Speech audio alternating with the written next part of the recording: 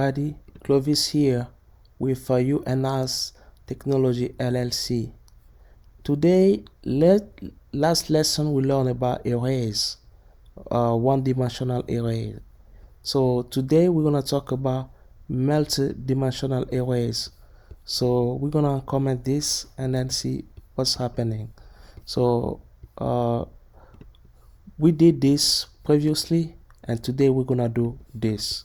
So a multi-dimensional array is just an array with rows and columns, or that can also contain more than more dimension. Like we can have actually a third dimension here. Like maybe we can be like 6 or 8, and we do this. It's also a multi-dimensional arrays. It's complaining because we only have 2 dimensions here, while we declare right now 3 dimensions. So I want to bring it back the way it was to remove all the complaint. So like we name here, it's pretty much the same way we do, but we make it double here, double, and then double here. We define also the limits, the size of the array, so the length of the array. So how to pass value to a multi-dimensional array?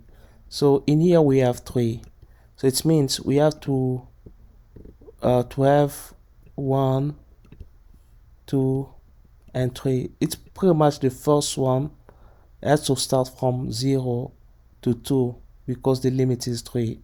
So we have 0 here, and we have 1 here, and we have 2. And since the second has 2, so each time we have 0, we have to have 2 possibility.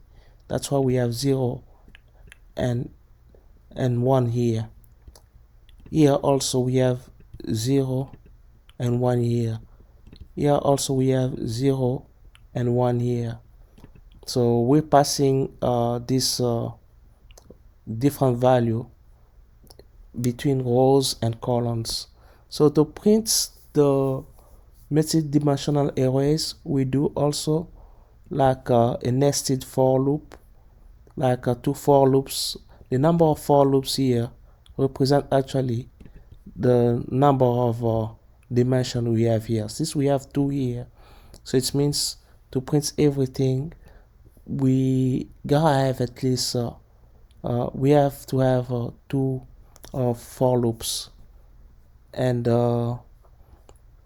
in here we're just checking the first one, like you do row and columns down left. It gives you actually the first one, which is 3, because it's 1, 0, 1, 2, 3.